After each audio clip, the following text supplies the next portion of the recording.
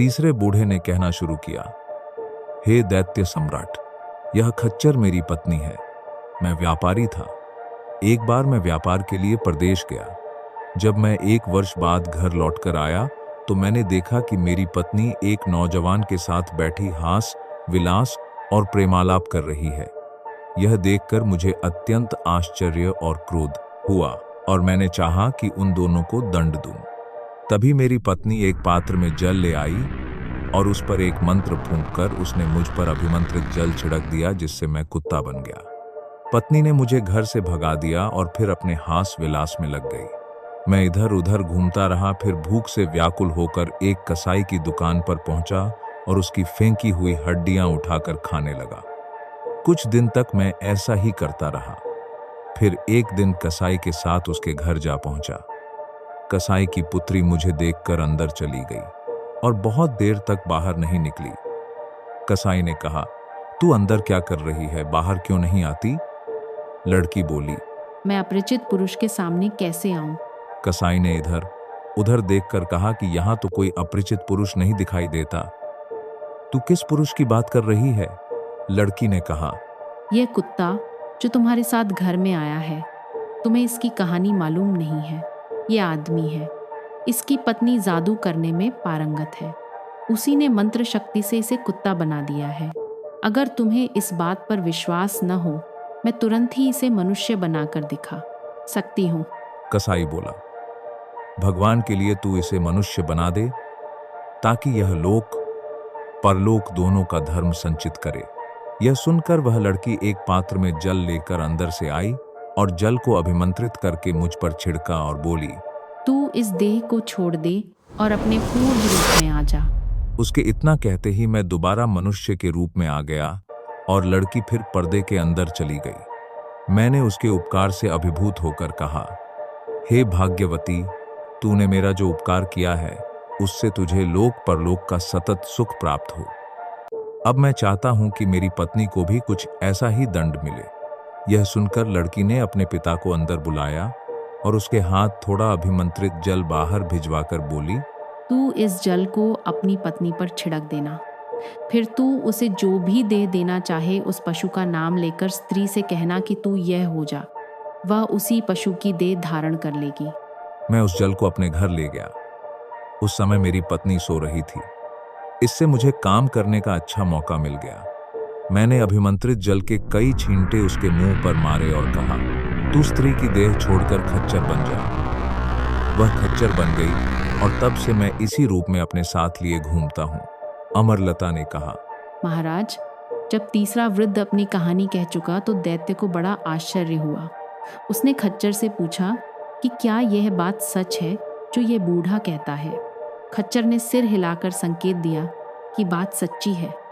तत्पश्चात दैत्य ने व्यापारी के अपराध का बचा हुआ तिहाई भाग भी क्षमा कर दिया और उसे बंधन मुक्त कर दिया। उसने व्यापारी से कहा, तुम्हारी जान आज इन्हीं 3 वृद्धजनों के कारण बची है। यदि ये लोग तुम्हारी सहायता न करते तो तुम आज मारे ही गए थे। अब तुम इन तीनों के प्रति कृतज्ञता प्रकट करो। यह कहने के बाद दैत्य अंतर्ध्यान हो गया। व्यापारी उन तीनों के चरणों में गिर पड़ा। वे लोग उसे आशीर्वाद देकर अपनी राह चले गए और व्यापारी भी घर लौट गया और हंसी खुशी अपने प्रियजनों के साथ रहकर उसने पूरी आयु भोगी। अमरलता ने इतना कहने के बाद कहा, मैंने जो यह कहानी कही है इससे भी अच्छी एक कहानी जानती हूँ जो एक मछुआरे की है। महाराज ने इस पर कुछ नहीं कहा, लेकिन प्रेम लता बोली, बहन, अभी तो कुछ रात बाकी है।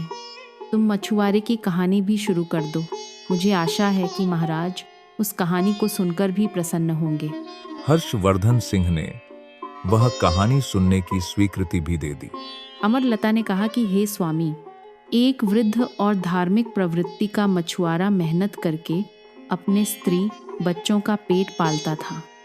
वह नियमित रूप से प्रतिदिन सवेरे ही उठकर नदी के किनारे जाता और 4 बार नदी में जाल फेंकता था। एक दिन सवेरे उठकर उसने नदी में जाल डाला। उसे निकालने लगा तो जाल बहुत भारी लगा। उसने समझा कि आज कोई बड़ी भारी मछली हाथ आई है, लेकिन मेहनत से जाल दबोच कर निकाला तो उसमें एक गधे की लाश फंसी थी। वह उसे देखकर जल भुन गया। उसका जाल भी गधे के बोझ से जगह जगह फट गया था। उसने संभाल कर फिर नदी में फेंका। इस बार जो खींचा तो उसमें सिर्फ मिट्टी और कीचड़ भरा मिला। वह रो कर कहने लगा कि मेरा दुर्भाग्य तो देखो, 2-2 बार मैंने नदी में जाल डाला और मेरे हाथ कुछ नहीं आया। मैं तो इस पेशे के अलावा और कोई व्यवसाय जानता भी नहीं। मैं गुजर बसर के लिए क्या करूं? उसने जाल को धो धा कर फिर पानी में फेंका। इस बार भी उसके हाथ दुर्भाग्य ही लगा। जाल में कंकड़, पत्थर और फलों की गुठलियों के अतिरिक्त कुछ भी नहीं था। यह देखकर वह और भी रोने पीटने लगा।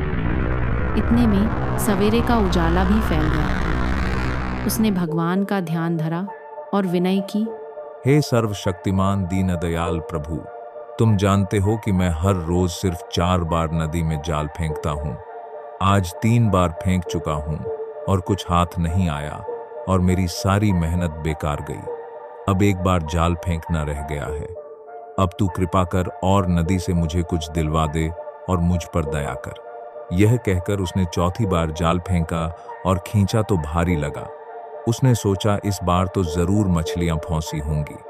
बड़ा जोर लगाकर उसे बाहर निकालकर देखा कि उसमें सिवाय एक पीतल की गागर के और कुछ नहीं है।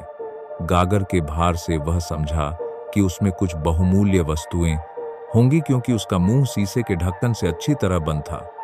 मछुआरे ने मन में कहा कि यह अंदर से खाली हुआ तो भी इसे बेचकर पैसे मिल जाएंगे, जिससे आज का काम किसी तरह चलेगा। उसने गागर को उलट पलट कर और हिला डुला कर देखा, लेकिन उसमें से कुछ नहीं निकला।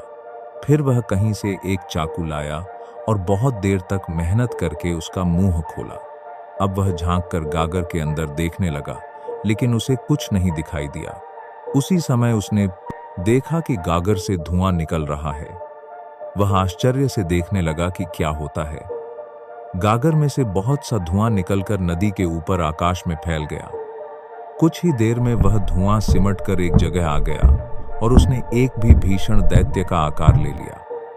कहानी जारी है। गागर से निकला दैत्य मछुआरे के सामने खड़ा है। अब सवाल यह है कि क्या दैत्य मछुआरे की कोई इच्छा पूरी करेगा या उसे मार डालेगा? जानने के लिए जुड़े रहिए जोड़ी की पौड़ी चैनल से। और अगर आपने अभी तक लाइक और सब्सक्राइब नहीं किया है तो जल्दी से सब्सक्राइब कीजिए और अपने दोस्तों के साथ शेयर करना बिल्कुल न भूलें। मिलते हैं अगले वीडियो में।